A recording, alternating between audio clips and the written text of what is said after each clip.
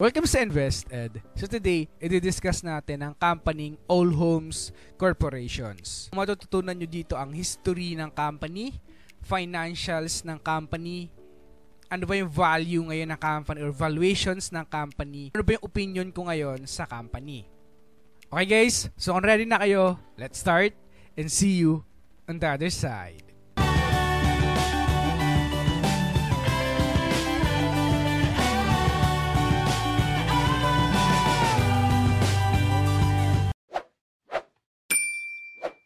So dumako tayo sa unang segment natin, ang history ng company. All Homes is pioneering the one-stop shop home improvement retail in the Philippines. From building your home to furnishing it. The company's product offerings span 7 categories: furniture, hardware, appliances, tile and sanitary wires, homewares, linens, and construction materials. From over 800 local and international brands, including 18 in-house brands. Synergistic relationship with Villar Group, fully owned subsidiary of All Value Holdings Corporation, an affiliate of Villar Group, the largest home builder in the Philippines. 3,000 plus hectares of raw land across the country.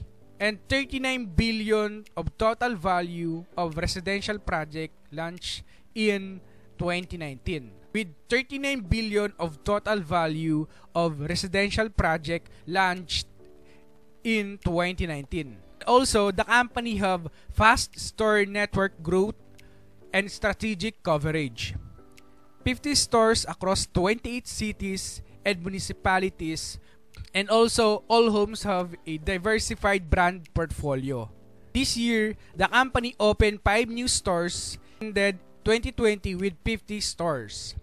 And also, kung titignan natin dito yung store expansions ng company, in 2016, meron silang total store na 16 store. 2017, meron silang 18 store na. 2018, meron na silang 23 stores. 2019, meron silang 45 stores. And 2020 na meron ng 50 stores nationwide.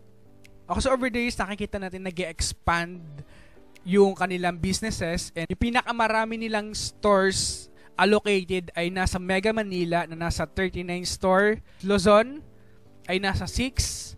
Visayas ay nasa 2. And Mindanao ay nasa 3. So, nakikita natin dito over the years na nag-expand ang company. So, nangangahulugan yon dahil na siguro sa build program ng pamahalaan natin, no? Kaya nakikita natin na maraming demand sa mga construction supply and many more, no? And also, All Homes is a part of retail ecosystem that allow customers one-stop shop on their needs. So, as of December 31, 2020, meron na silang 524,715 card holders na membership program. And also, All Homes other services. So, meron silang freestyle consultation with in-house design consultant, delivery and installation services, customizable furniture, customer lounges, and gift registry, ready for occupancy, home furnishing packages. And this is the value-added services ng company. Pagdating sa kanilang grocery, na andyan yung All Days Supermarket. Pagdating sa kanilang entertainment, na andyan yung All Toys, Intercity, Vista Cinemas. And pagdating sa kanilang lifestyle and fashion, na andyan ang Finds, a discount store, All Sports. Pagdating sa kanilang food and services, nandyan ang Coffee Project, Gastroville, All Americans, Wake Up, and Bake My Day. All Homes boost local livelihood through its Likha program. Okay, so the Likha initiative is aligned with All Homes sustainability program for community, social responsibility, and environment protection. The All Homes support community. All Homes, in partnership with key supplier, donated tablet to the public school teachers And also, itong company ay meron ding foundation na tinatawag na Sipag Foundation. And now, tapos na tayo sa history. Dumako na tayo sa financials naman ng company. Kung titignan natin dito, in 2017, yung kanilang revenue ay nasa 4.9 billion pesos. 2018, nasa 7.4 billion pesos. 2019, nasa 12.4 billion pesos. So, nakikita natin dito, over the years na nag-grow yung kanilang revenue. So, in 2019 talaga nag-significant boost or nag-grow yung kanilang revenue. Okay, now let's take a look sa kanilang income. Kung titignan natin dito, in 2017, meron silang 112.6 million pesos na net income. 2018, nasa 511.4 million pesos net income ang company. And in 2019, meron silang net income na 1 billion net income na. So nakikita natin dito also na nag-grow yung net income ng company. So nakita natin, revenue, check, net income, check. Okay, so itong data na to ay annual. So dumako tayo sa quarterly data ng company. Kasi titignan natin kung ano yung nangyari sa kanilang net income and revenue nang dumating na ang pandemic. So nakikita natin dito in a quarterly basis, yung kanilang third quarter of 2019, meron silang total revenue na 3.1 billion pesos, and fast forward to third quarter of 2020 na merong 3.5 billion pesos. So nakikita natin na nag-grow pa rin yung kanilang revenue even though na merong pandemic compared to the same quarter last year. Na kung titingnan natin dito nang dumating ang pandemic in first quarter of 2020, yung kanilang revenue ay nasa 3.4 billion pesos, and in the second quarter, nag-drop siya ng 1.5 billion pesos na lang yung kanilang total revenue. And also, pagdating ng third quarter of 2020, bumack up na, bumalik na doon sa normal revenue. Now, dumako tayo sa net income ng company. Kung titignan natin dito, in third quarter of 2019, nasa 311 million pesos. And kung titignan natin, third quarter of 2020, nasa 312.47 million pesos. So nakita natin na nag-grow pa rin naman kahit papaano yung kanilang net income compared to the same quarter last year. First quarter of 2020, nasa 270 million pesos, and in June and in the second quarter of 2020, yun yung pinakamababa nilang net income, nasa 5.43 million pesos lang yung kinita ng company, and bumack up naman siya, significant grow, and bumalik yung kanilang net income in the third quarter of 2020. And yung kanilang CEO ngayon na si Miss Benjamarie Serrano serve as President and Chief Executive Officer of All Homes Corporation.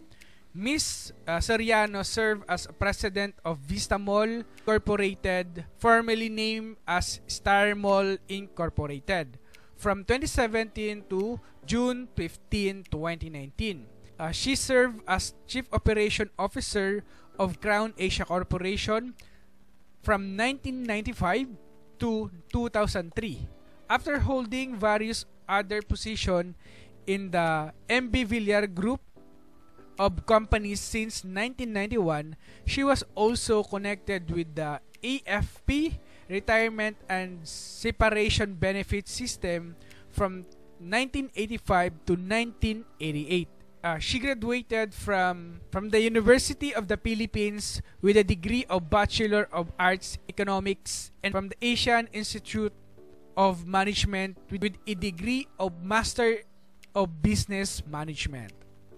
And this is the informations na kanilang CEO. So dito nakikita natin na talagang very well experienced na itong CEO ng company ngayon, Now, ano ba yung nakita kong strength ngayon ng company? Kung titignan natin dito, guys, yung kanyang current ratio annual ay nasa 3.3 current ratio, and in a quarterly, nasa 3.09 current ratio. So this nakikita natin na walang liquidity problem ang company in the next coming year. So dito sinasabi sa atin na 3 times kaya nilang punan yung kanilang current liabilities gamit lamang yung kanilang current assets. Now, isa pa nakita natin na advantage ngayon na company, yung kanilang gross margin tumaas, no, compared to the annual nasa 31.91%, while in trailing 12 months ay nasa 34.33% na yung kanilang gross margin. Now, ano naman yung nakita kong disadvantage nga sa company or weakness ngayon ng company? Ang unang-unang nakita kong weakness na company, yung kanilang free cash flow per share versus sa earnings per share.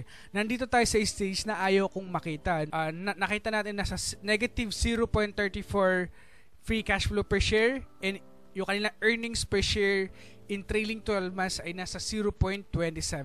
So nakikita natin yung difference na kanilang free cash flow per share versus sa earnings per share. So nangangahulugan niya na there's something na nangyayari sa company, no? And also, isa na rin sa nakaka-apekto dito, syempre yung continuous expansion ng company, and also no, sinusuportahan din niya ng free cash flow yield.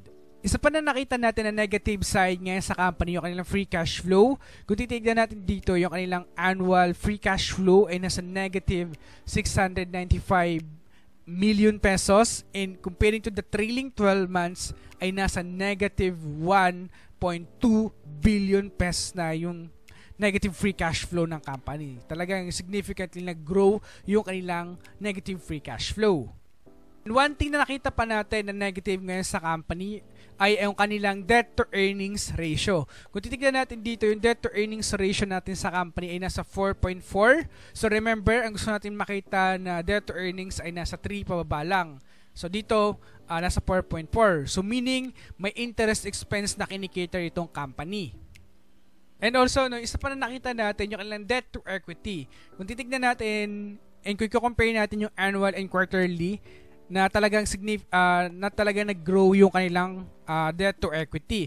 Kung titignan natin dito, yung kanilang debt to equity in annual ay nasa 39%, and in quarterly ay nasa 41% na. Dito, no, sinasabi sa atin na may utang ang company ngayon, no? So, sinasabi dito na in every 1 peso na ginagamit ng company sa kanyang operation, 41% ng 1 peso ay financed by utang. So, yun yung sinasabi sa atin dito ng debt to equity. Ito muna yung nakita kong positive and negative sa kanilang financials. Now, dumako tayo sa valuations natin sa company. Kung titignan natin dito, yung kanyang current price ng time na nire-review natin itong company ay nasa 8.30 pesos per share. So, kung titignan natin dito yung valuations ko, so wala tayong valuation sa company. So, ibig sabihin, hindi nag-meet yung ating criteria dito sa company. Sa COL, financials, wala din tayong nahanap.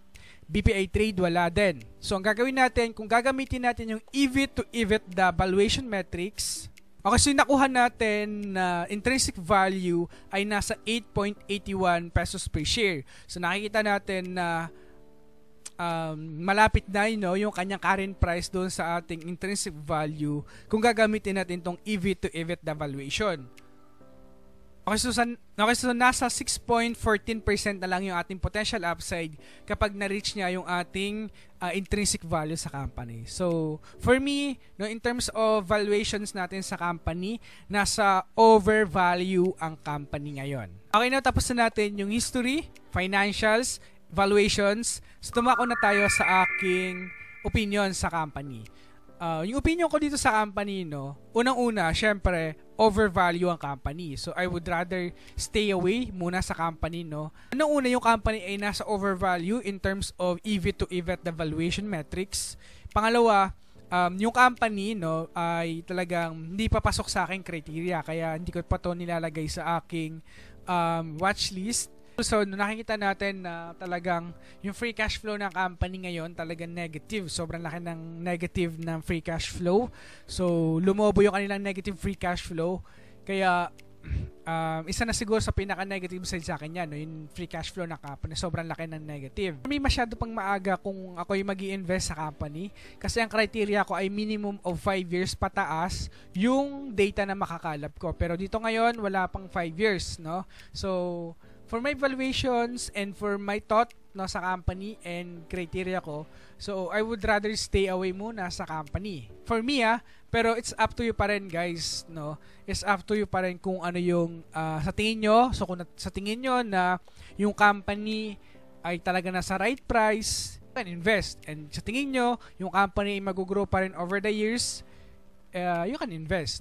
But for my valuation and for my thoughts, nasa overvalue ang company. Okay guys, so hanggang dito na lang muna yung pagre-review natin sa company. So sana may natutunan kayo sa ating channel. And this is PSU Warrior na nagpapaalalang invest wisely and see you on the other side.